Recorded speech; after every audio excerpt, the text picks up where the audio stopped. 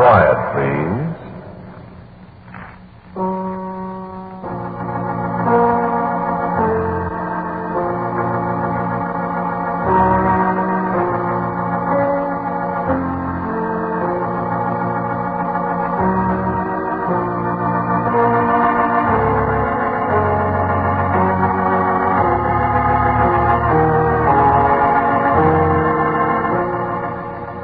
Broadcasting System presents Quiet Please, which is written and directed by Willis Cooper and which features Ernest Chappell.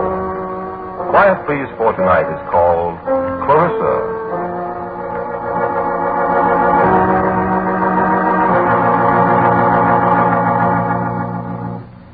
No. He was dead before the fire started. I've told you that a dozen times. No, I can't prove it, of course not. You'll just have to believe me. Take my word for it. I can't prove he was dead. You can't prove he wasn't. And anyway, what difference does it make? Now, I'm sorry. I can't hear you very well. Yes. Well, all right. It was an old black shell of a house. A house that has lived too long. A house where the floors groaned in pain at night, where the windows shuddered at the gentlest touch of the wind, where door latches suddenly gave up their grip and let the night come snipping into the house to paw at your eyes and wake you to the other silences that lay around you. It was never warm there. In the winter, old Heinz kept a fire going in the fireplace in the old sitting room, but the logs were scrawny and the draft was bad, and the flames seemed to grudge us their warmth so that we shivered all through the day. We're glad when night came and we could escape to the meager comfort of the drafty bedrooms. And in the summer there was a dampness about the place. An unhealthy clamminess drifted from the walls and stirred uneasily among the ancient smells of decay that clung to the place. Well, I suppose you could call old Heinz a character. You said you didn't know him? An immigrant from the Rhineland sometime in the early 70s. That would make him, let me see, how old? Ich war im Rheinland geboren. In der Jahrzeit 1862. That's right, 1862. He was an old man, but he never appeared old. You might have taken him for a vigorous man of 60. His hair and his scraggly mustache were jet black. I suspect he dyed them regularly. And his blue eyes seemed as keen as those of a boy of 18. And he'd never been away from the house for a single night, he used to say, from the day he bought it and moved into it in 1888. And it was an old house then. Yes, I spent some very dreary days and nights in that house. What? I couldn't afford a better place to live. No, people don't go to live in a haunted house if they can find another place, you know.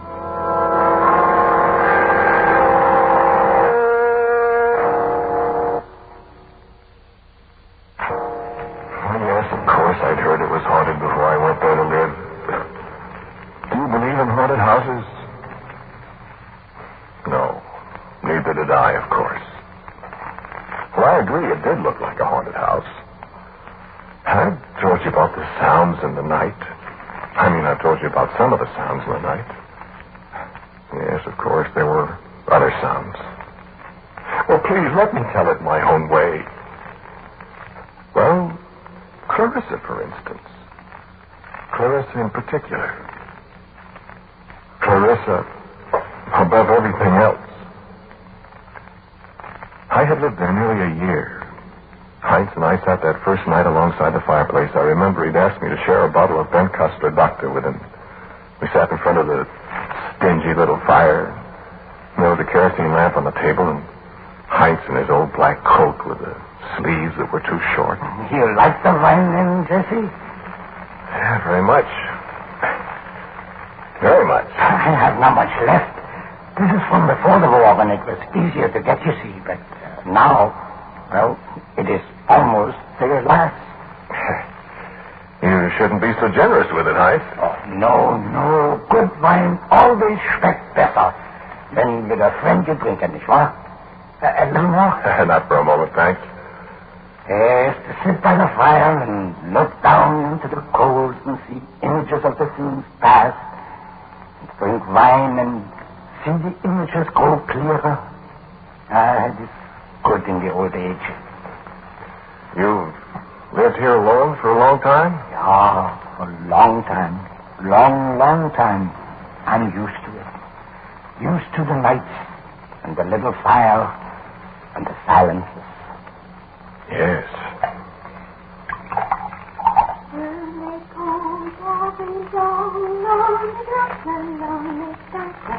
It is cold for this time of the year. Listen. What's the rose? Oh, I thought I heard someone singing. So? Did you hear anything?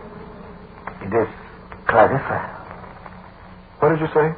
Clarissa, my daughter. Well, I didn't know you had a daughter, Heinz. Yes. Is some more wine? No, thanks. I haven't seen her around. No. Well, is she... Excuse me, Heinz. You will forgive me, Jesse. She's a child. I do not wish you to be bothered. Why, she wouldn't bother me, Heinz. I like children. There's enough left here in the bottle for one more for each of us, huh?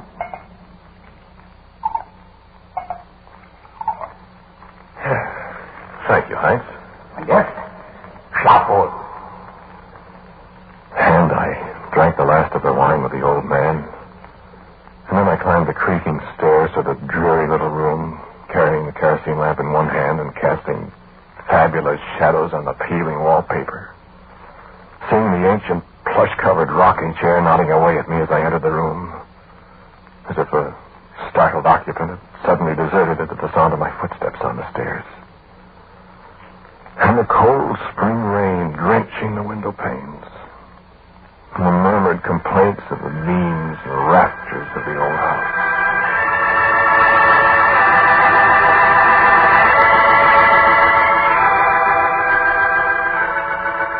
The pleasant, musty fumes of the wine I had drunk kept sleep away for a while when I'd blown out the lamp.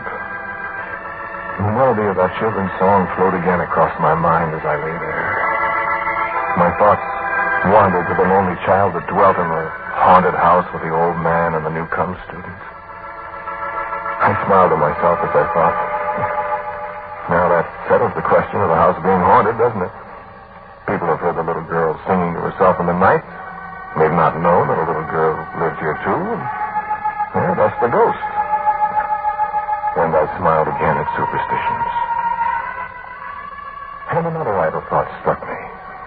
I wondered at the child's age. 10 or 12 years old by the sound of her voice. And somewhere in the back of my drowsy mind, I seem to remember that Heinz had told me when his wife had died. When was it the year of the San Francisco earthquake? Well, that would be 1906. That would be 42 years ago. And this was a child of 10 or 12. I must have been mistaken. I was very sleepy. The wine, the rain, the dark.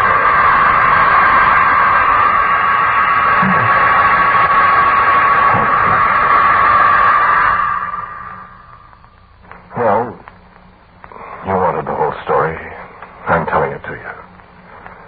In the morning, Heinz was working in his garden, and the early sun made the old house seem a little more cheerful, a little more livable.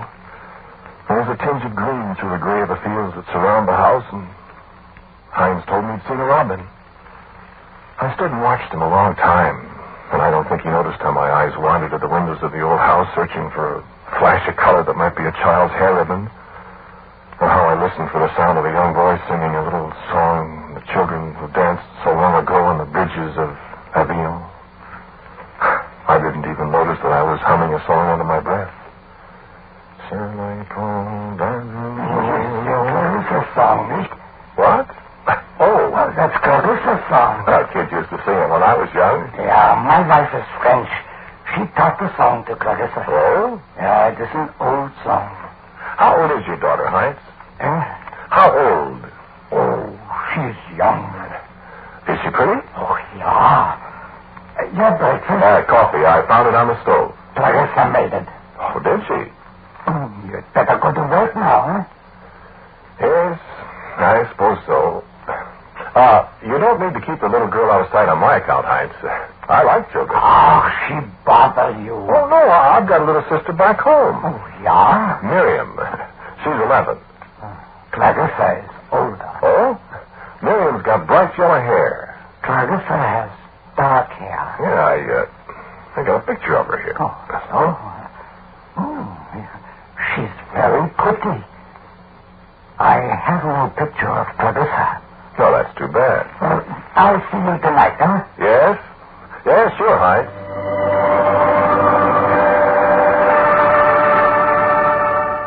I should have let the thing drop then and there. If the old man felt that children should be kept away from adults, that was his privilege, of course. And although I was often lonely for other company than the old man, I was a dweller in his house, naturally subject to his wishes. My work? No, I never left the place. My book? Well, I was writing a book. No, not very exciting. Mathematics. I have some theories. No, the book is gone. The fire, you remember? I could understand Heinz. I thought he obviously had a great respect for a man's work, especially a work of such apparent erudition. I must not be disturbed. I might stay in my room day and night with my slide rules and my profile paper and my broken flower pot full of sharpened pencils. I was not to be disturbed. But how many times I wished for the happy sound of my little sister Miriam's gay laughter. Found myself listening for the lilt of the little girl song that she used to sing, and that Clarissa knew too. Heinz mentioned Clarissa occasionally. I sometimes wish that I could have sent Clarissa to school, Jesse. Well, it's too bad you didn't. Always there was never enough money. Why, there are schools. Public schools, Heinz. No, not for Clarissa's free schools. You know, I wonder. Wonder? Well, children are supposed to go to school. I'm surprised that the school authorities haven't been to see about sending her. The police? Oh, no, not the police. But there are laws about schools. I mean, you might find yourself in trouble if they discover you have a daughter of school age. They will come here. Well, if they find out. Jesse, you will not tell. Now, look here, Heinz. You're not being fair to the child. Yes. No, really, I mean it. Hasn't she ever been to school? I teach her a little. Well, Heinz, it's none of my business. But you're doing her a very serious harm. No. Listen, Jesse. You don't tell anybody about her. Well, I don't know, Heinz. If they come and ask me... Jesse, listen. I tell you something. Well? Clarissa can't go to school. Well, why not? I told you it doesn't cost anything. It is not that. Well, then? She's not well. Oh. Oh, I'm sorry, Heinz. Look, would you like it if I gave her a little of my time and taught her some of the elementary... No, please, don't. Well, I'd be glad to. No. Well, have it your way, Heinz. I don't mean to intrude on your affairs, but after all, a child... I'm sorry, Jesse. I thank you, but no. All right. Forget it.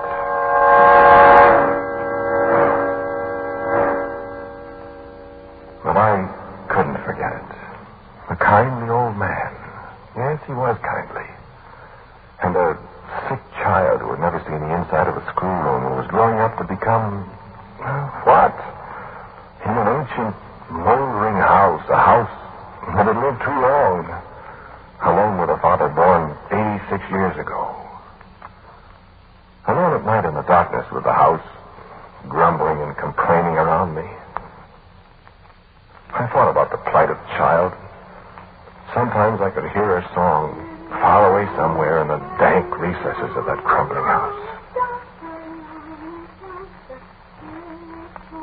And my thoughts revolved again about this mystery. Heinz said she was not well. Heinz would not allow her to appear. Was Clarissa some misshapen monster child that she must be pent up and never see the sun? Was she... I detest mysteries of that kind. I love the good, clean mysteries of abscissa and ordinate, the logarithm and antilogarithm, of the calculus and the grand old theorems devised by the ancients. But the fascinating mysteries of the human mind and of human behavior are alien to me. Them I hate. And my thoughts crept further and further away from the 10 numbers as doubt and speculation about the child laid hold of my mind. In the night, how often I heard her sobs, I thought, sometimes close outside my door. And yet when I opened the door, there was nothing. And old Heinz grew more and more taciturn. He never spoke of his daughter. He seemed to avoid me by day and to disappear by night. But the summer came then, and the fall, and winter. My look was going badly, and my thoughts wandered. I must leave this place, I thought. I'll find out this mystery. And again I asked the old man if there was not something I might do for this pathetic child, this invisible, haunting voice. No, Jesse. There is nothing you could do. But Christmas is coming, Heinz. What can I get her for Christmas? No, why not, Jesse? What? My Helene. She died on the eve of Christmas. Well, but Heinz, you owe it to the child. No.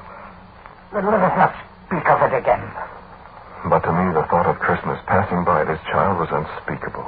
I determined that if the old man would do nothing about it, I would. You know, I had little money, and there was so little I could do. But I did come into the town here, and I found a toy for her. I found one I could afford. A little woolly lamb. A little woolly white lamb with black buttons for eyes and a blue silk ribbon about its neck and a gay little blue flower in its mouth. I hung a little card about its neck that said, "Merry Christmas to Clarissa." And on Christmas Eve, Heinz and I shared the last bottle of Ben Costler Doctor before the miserly little fire. And I gave him one of the handkerchiefs my little sister Miriam had sent me, and he gave me an old stone krug with a heavy pewter top that he said came from Heidelberg. And we regretted that there was no creamy Pilsner Urquell to drink from it. Wished each other a happy Christmas. And then, in the night, I was awakened by a tiny sound. And I lay awake silently for a moment. And there was another sound. A hesitant little footstep. And a rustling at the dresser across the room from me. And I lay quietly and listened.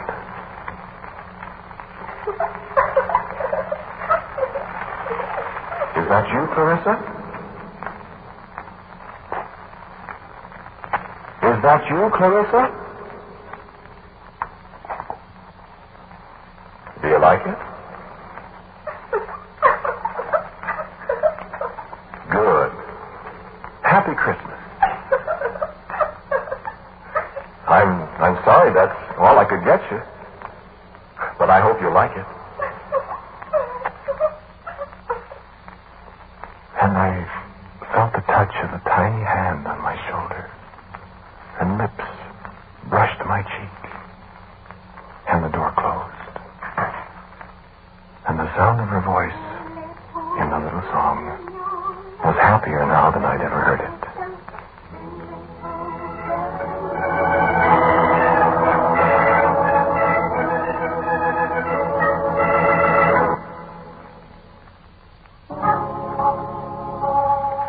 And so I knew at last that Clarissa was not a ghost, but a living person. And I felt more at peace with myself as I realized But this was what had been plucking at the corners of my mind. And I was happy now that I knew she really lived. But I was not living in the midst of fantasy. I had wondered what Heinz would say. He was perfectly natural about it. It was good of you, Jesse. Good? What? To find a gift for Clarissa. Oh, did you like it? Ah. Well, I'm glad. She asked me to say Dankeschön to you. Then I say, bitte schön. It is good. You're a kind person, Jesse. I wish it could have been more. Oh, it is a very rich gift. Never has she had such a thing. Is she going to have Christmas dinner with us, Heinz? No. So, I had won a little victory in this conflict with the darkness. But I was to go no further. I asked Heinz about her. Heinz answered shortly. I suggested that a birthday gift might be in order if I only knew her birthday. I proposed writing to my own sister and begging her for outworn storybooks that Clarissa might read, even if she must stay aloof from the rest of the house. Heinz did not reply. Everything was as it had always been, so long as the name of Clarissa was not mentioned. But when it came the late spring, when it was cold and windy again, and the raw snow pelted against the windows and the whole house shivered, I heard her crying again in the night. And there was a quality in her voice this time that brought me out of the bed and into the hall. I called in alarm. Clarissa! I stepped back into my room and lit the kerosene lamp. And as I stepped out again toward the hallway, Heinz confronted me. What's my answer, Jesse? Why, can't you hear her, Heinz? Something's wrong. She's sick. No, go back by your room, Jesse. Oh, but Heinz... Don't beat this, Jesse. Go back. Now, Heinz, listen to me. Something's awfully wrong with that child, and I will take care of her, Jesse. Please, Heinz. In your room. Now, see, here, I take care of my own man, huh? And...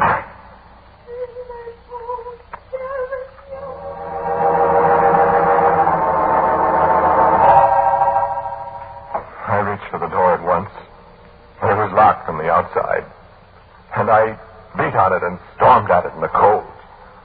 But for once it held. I screamed at the father, threatening every kind of vengeance on him, till at last I suddenly realized that I was being hysterically silly. In the silence, I could hear nothing but the moan of the wind around the rusty cornices of the house and the hiss of snowflakes against the window. I sat down, shaken, bitter at myself for giving way to such an outburst over a child's crying in the night. And at last I lay down again, and in the frosty silence of the early dawn, I fell asleep. And when I awoke, hours later, and found my door unlocked again, Heinz was not to be found. Not that day, nor the next. I tramped through the house, opening doors, calling him, calling Clarissa. There was not a sound to answer me. I found a little wood and made a miserable fire. I suppose I ate. I don't remember any too well. And at night I went to bed to lie shivering for hours, straining my ears for a sound. The sound of a child's song. The sound of a father's footstep in the cold darkness. And it was morning, nearly morning. Gray fingers of morning plucking at the frost-rimed windows. And I awoke to see Heinz standing beside my bed.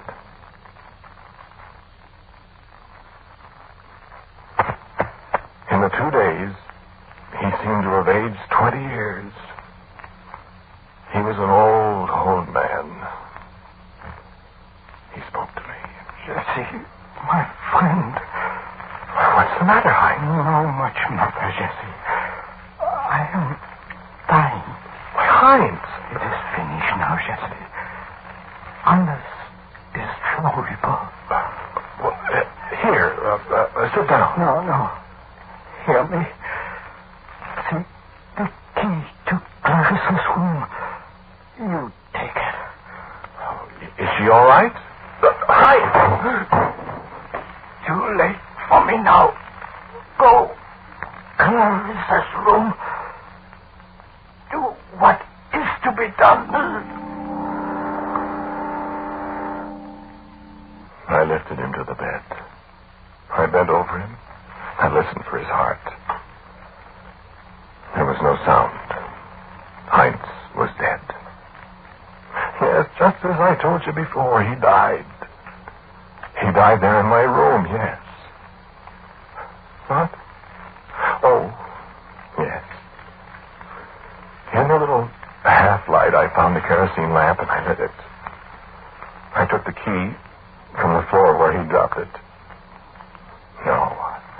I found the room very easily. It was at the far end of the hall. I called. Clarissa?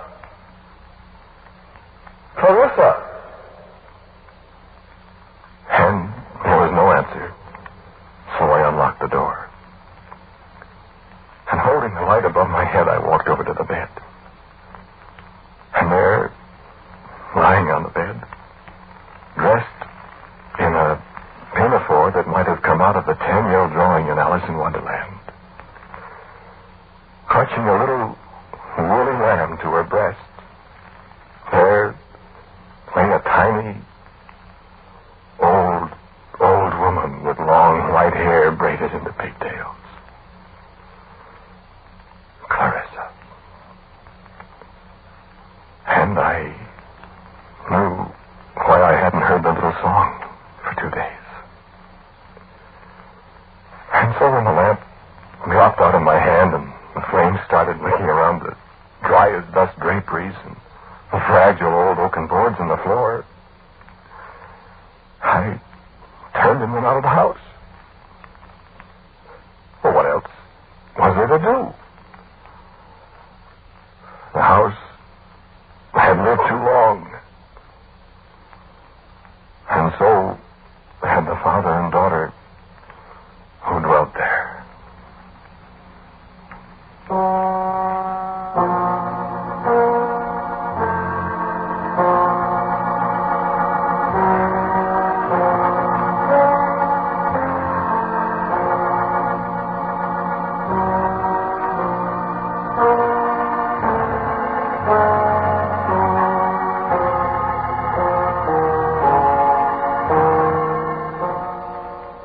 Please for tonight was called Clarissa. The man who spoke to you was Ernest Chappell. And Heinz was played by Bruno Vick. Clarissa by Peggy Stanley. As usual, music for Quiet Please is by Albert Berman. Now a word from our writer-director, Willis Cooper. The characters in tonight's Quiet Please are neither living nor dead.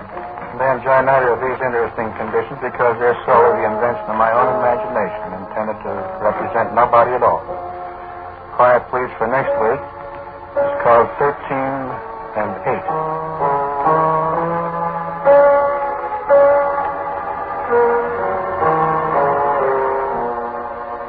And so until next week at the same time, I am quietly yours, Ernest Chappell. Quiet Please comes to you from New York. This is the world's largest network serving more than 450 radio stations, the Mutual Broadcasting System.